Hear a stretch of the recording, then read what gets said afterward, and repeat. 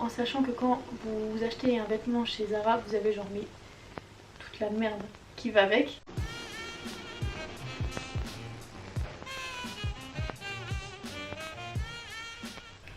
Hello tout le monde, on se retrouve encore une fois pour la série Fashion Revolution. Aujourd'hui j'ai décidé d'aborder avec vous comment j'achète de la mode éthique sans me ruiner, surtout parce que je suis pas Rothschild en fait, j'ai pas 1000 € par mois à mettre dans des fringues. Ce week-end je vais vraiment vous montrer comment je crée ma garde-robe pour vraiment avoir tout ce que je veux, le moins cher possible, les looks, les inspirations et...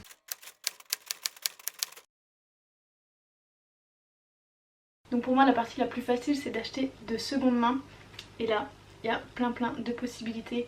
Tout d'abord il y a tout ce qui est les plateformes en ligne, donc il y a Vinted, je vous en ai parlé des millions de fois, le lien est toujours en barre d'infos. J'aime énormément cette plateforme, je trouve que c'est très pratique. Vous avez aussi, il me semble que c'est Vestiaire Collectif, je m'étais trompée dans mon ancienne vidéo mais je vous ai mis le bon lien quand même. Et vous avez aussi Le Bon Coin sur lequel vous pouvez trouver pas mal de vêtements. Et moi je trouve ça trop pratique parce que vous pouvez faire votre petite sélection tranquille en ligne. Vous êtes dans votre canapé, vous recherchez vos petits vêtements. Genre c'est nickel. Et après pour tout ce qui va être les lieux physiques, type magasin, il y a tout ce qui est friperie. Ça c'est hyper simple de trouver. Vous tapez friperie, le nom de votre ville sur Ecosia, pas Google. Hein. Je vous en parle là 2 secondes, mais Ecosia, en fait avec vos recherches, ils plantent des arbres derrière. Genre ils font tout ça hyper bien. Donc je vous laisse aller voir ça sur Instagram si vous voulez en savoir un peu plus. En tapant friperie plus le nom de votre ville ou de votre département, région, vous allez trouver plein de boutiques qui vendent.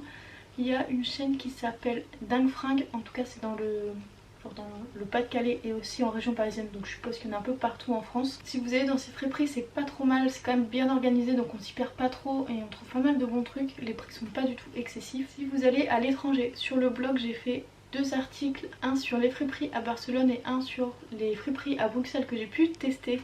Les liens seront en barre d'infos comme toujours. Franchement c'était des friperies super bien. Et aussi quand j'étais à Amsterdam j'ai fait plusieurs friperies. Je vous ai fait un haul pour vous montrer les petits trucs que j'ai trouvés. Et je vous ai donné aussi du coup les noms des friperies. Je vous mets ça là-haut aussi du coup pour que vous ayez une vision un peu de ce qu'on peut trouver en friperie. On ne trouve pas du tout que des vieux trucs. Et vous pouvez très bien acheter un vêtement et le customiser, le raccourcir, mettre des trucs. Enfin ça c'est la vidéo d'hier que je vous ai postée. Il y a plein de possibilités pour donner une seconde vie à vos vêtements. Et toujours si vous préférez acheter les vêtements en physique, enfin les voir devant vous avant de les acheter, il y aura Emmaüs, les ressourceries, tout ce qui va être brocante et les vide dressing aussi pour trouver des vêtements. Et en fait moi j'aime trop aller chercher en friperie ou sur les brocantes, dans les trucs Emmaüs etc. Parce qu'en fait j'ai l'impression de partir à la chasse au trésor et que quand vous tombez sur un objet qui vous plaît vraiment, dont vous aviez besoin, en plus le prix est ridicule. Enfin genre je sais pas, vous vous sentez juste trop bien, trop contente d'avoir trouvé ce truc, un peu comme un pack vous savez que vous avez trouvé l'immense chocolat à la fin. Et enfin pour tout ce qui est vêtements de seconde main, n'hésitez pas à regarder dans les placards de vos grands-mères, de vos mamans, de vos soeurs, vos cousines, amis, etc. N'hésitez pas à échanger des vêtements entre vous. Franchement c'est un super bon moyen. Ou si juste une fois il vous faut une veste et que votre cousine a une veste qui irait hyper bien avec cette tenue, bah demandez juste lui de vous l'emprunter. Faut bien sûr que la personne soit d'accord, genre faut pas que ce soit le dernier sac à main hyper canon, tout ça qu'elle vient d'acheter. Vous allez lui prendre tu vois, enfin faut pas déconner non plus. Mais vous pourrez récupérer comme ça des pièces ultra canon que au final la personne ne mettait plus du tout et que vous adorez en fait. Ça pour moi la seconde main c'est vraiment devenu mon premier réflexe en fait. Dès que je veux un nouveau truc, je sais pas, une chemise verte, enfin non je mets pas de vert mais je sais pas genre mes manteaux par exemple de cet hiver, j'ai d'abord regardé sur Vinted en premier si je trouvais ce que je voulais et la plupart du temps genre 80-90% du temps genre je trouve vraiment pile le truc qu'il me faut sur Vinted et à un prix genre mais hyper bas.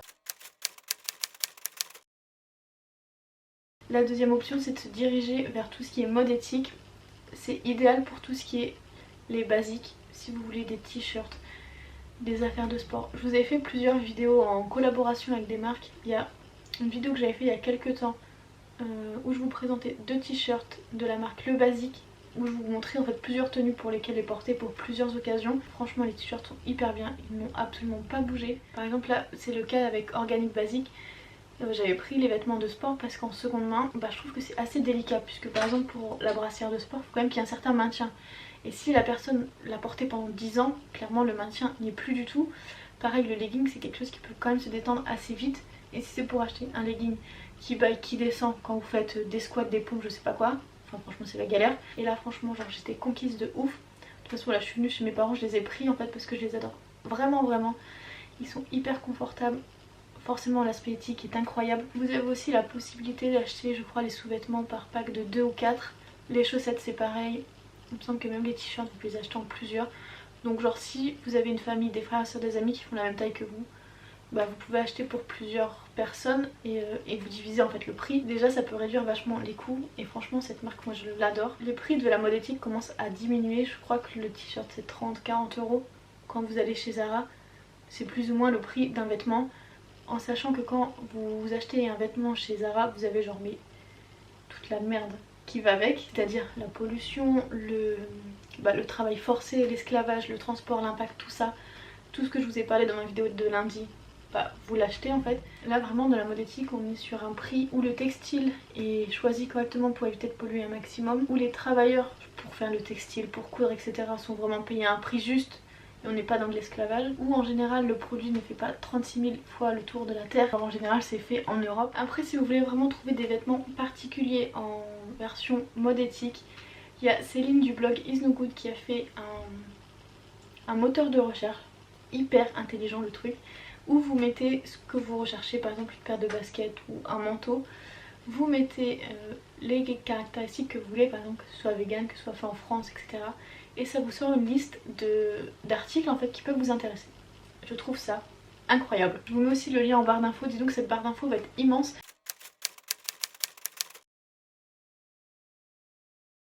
Donc là en mode éthique je vais vous donner quelques marques que moi j'aime énormément. Donc il y a le basique, Organic Basic, les baskets Veja sont incroyables.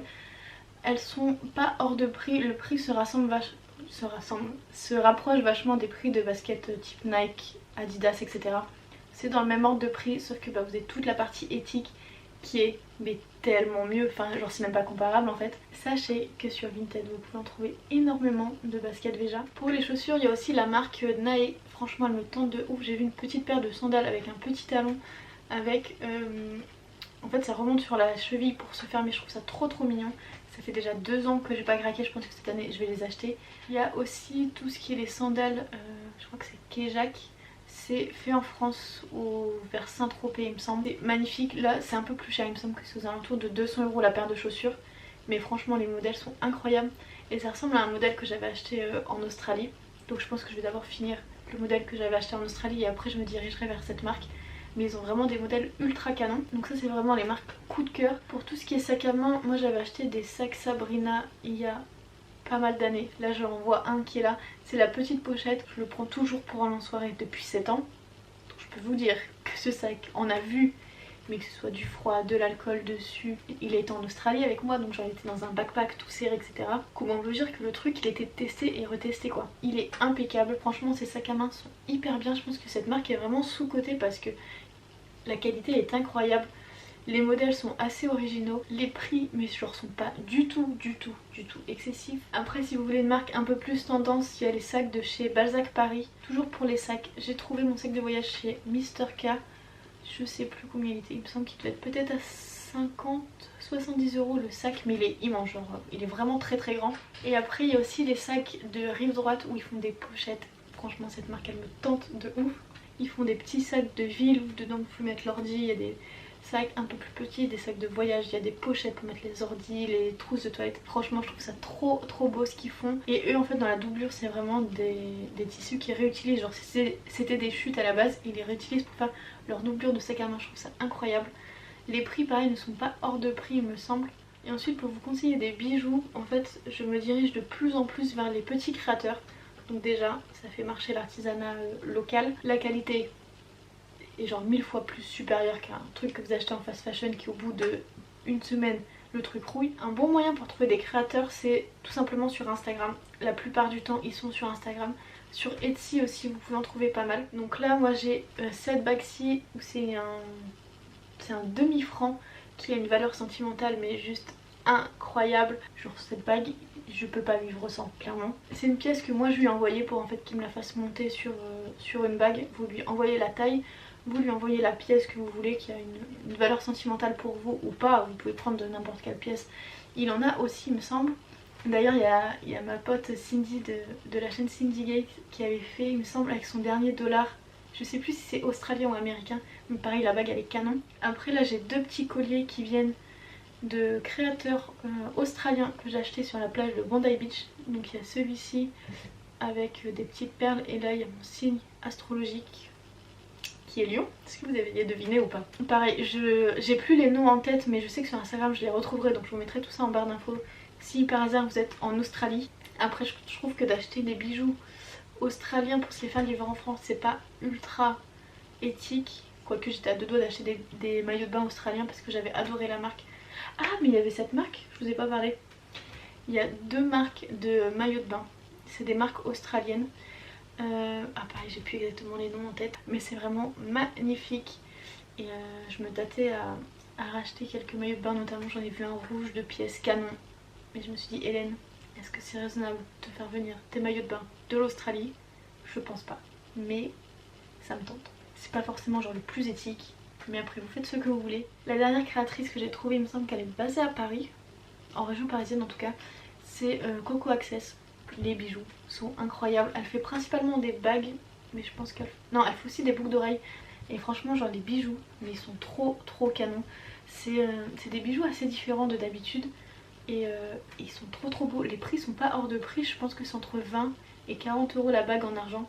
Ce que je trouve largement raisonnable. Donc voilà, moi c'est vraiment principalement en seconde main que j'achète. Et après quelques pièces en particulier comme les chaussures, les maillots de bain, les sacs, les bijoux, où là je vais plus me diriger vers des créateurs ou des marques forcément plus onéreuses que ce que je vais pouvoir trouver en seconde main, mais où justement la qualité sera juste incroyable.